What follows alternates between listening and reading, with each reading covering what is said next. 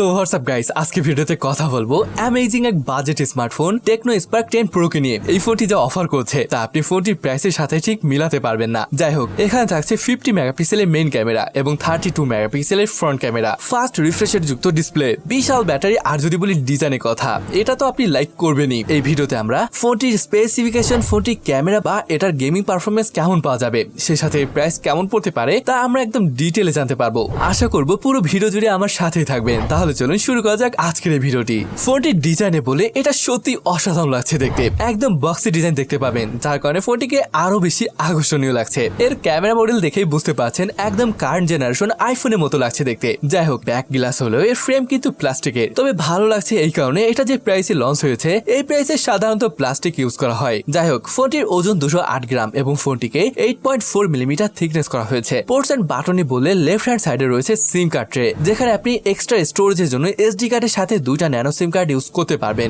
Right সাইডে দেখতে পাবেন পাওয়ার এবং ভলিউম আপ ডাউন বাটন, তবে এখানে যে পাওয়ার বাটনটি রয়েছে এটি কিন্তু আবার ফিঙ্গারপ্রিন্ট স্ক্যানারও। বটমে রয়েছে speaker grille, USB C port, primary mic and সবার প্রিয় 3.5mm জ্যাক, টপ একদম ক্লিন। তো গাইস, এই ছিল ফোনটির ওভারঅল ডিজাইন এবং বিল্ড কোয়ালিটি। তো এবার আসুন ভিতরে প্রবেশ করি এবং দেখি এখানে কি থাকছে। অলরাইট, ডিসপ্লেটি দেখতে পাচ্ছেন বেশ ভালো লাগছে দেখতে, কারণ এটা সাইড এবং উপর বেজেলকে খুবই পাতলা করা হয়েছে, বাট নিচের বেজেল এভারেজ সাইজ আছে। এবং ভালো ব্যাপার হলো এখানে অটো ড্রপ নচের পরিবর্তে 5 হোল কাট আউট দিয়েছে। যাই হোক, এখানে থাকছে 6.8 ইঞ্চের আইপিএস এলসিডি ডিসপ্লে। এখানে ডিসপ্লেটিভ রেজুলেশন 1080x2460 পিক্সেল এবং পিক্সেল ডেন্সিটি 407 পিপিআই। গাইস, এখানে থাকছে 90 হার্জের ফাস্ট রিফ্রেশ রেট, এতে DCI P3 কালার গ্যামুটো রয়েছে আরো অ্যাকুরেট কালারের জন্য। ডিসপ্লেটির স্ক্রিন টু বডি রেশিও 85% এর উপরে। ওভারঅল বেশ ভালোই লাগছে যদি স্পার্ক 9 এর সাথে কম্পেয়ার করেন। স্পেসিফিকেশনে বলে এখানে থাকছে MediaTek Helio G88 চিপসেট, যেটা 12nm বেস চিপ। এখানে থাকছে 8GB RAM এবং 128GB স্টোরেজ, এবং এখানে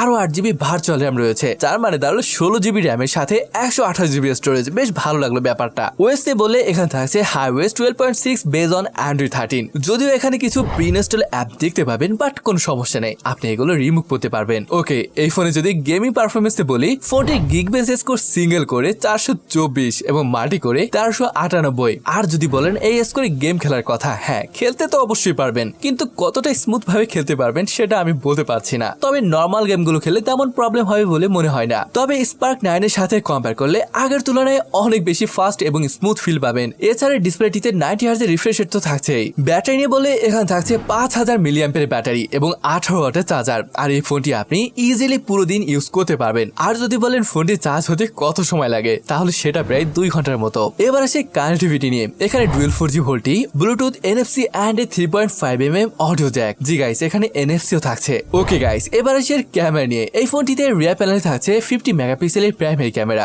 একটি AI লেন্স এবং কোয়াড LED ফ্ল্যাশ। ফ্রন্টে আসলে এখানে থাকছে 32 মেগাপিক্সেলের একটি সেলফি ক্যামেরা। চলুন এবার দেখে আসি এর মেইন ক্যামেরাতে তোলা কিছু ফটোগুলো ডিসেন্ট ছিল এবং ডাইনামিক রেঞ্জও পারফেক্ট আছে, কালারও ঠিকঠাকই আছে, তবে স্যাচুরেশনটা একটু বেশি বলে মনে হয়েছে, যদিও দেখতে বেশ ভালোই লাগছে। আর যদি লো লাইট কন্ডিশনে ফটো দেখেন, এটা আমার কাছে দারুণ লেগেছে। আর কালার শার্পনেস এমনকি ডাইনামিক রেঞ্জও পারফেক্ট লেগেছে আমার কাছে। গাইস, এখানে ফ্রন্টে কিন্তু ফ্ল্যাশ লাইট পেয়ে যাবেন, যেটা আপনাকে লো লাইট কন্ডিশনে ফটো তুলতে হেল্প করবে। এবার আসলে প্রাইস সম্পর্কে কথা বলা যাক। ফোনটির প্রাইস $122 আর ইন্ডিয়ায় হয়তো 10,000 রুপি পড়তে পারে। আর এটা যদি কনভার্ট করি তাহলে বাংলাদেশে 13,000 মতো পড়বে। এবার একটু চিন্তা করেন তো এই প্রাইসে কি পাচ্ছেন। ফার্স্ট, এর ডিজাইন আমার কাছে অসম লেগেছে। সেকেন্ড, এর ডিসপ্লে, ক্যামেরা আমার কাছে বেশ ভালো লেগেছে। তবে আপনার কাছে কেমন লেগেছে অবশ্যই কমেন্ট করে জানাতে ভুলবেন না। তো বন্ধুরা, আজকের ভিডিওটি এখানে শেষ করছি, দেখা হবে পরের ভিডিওতে।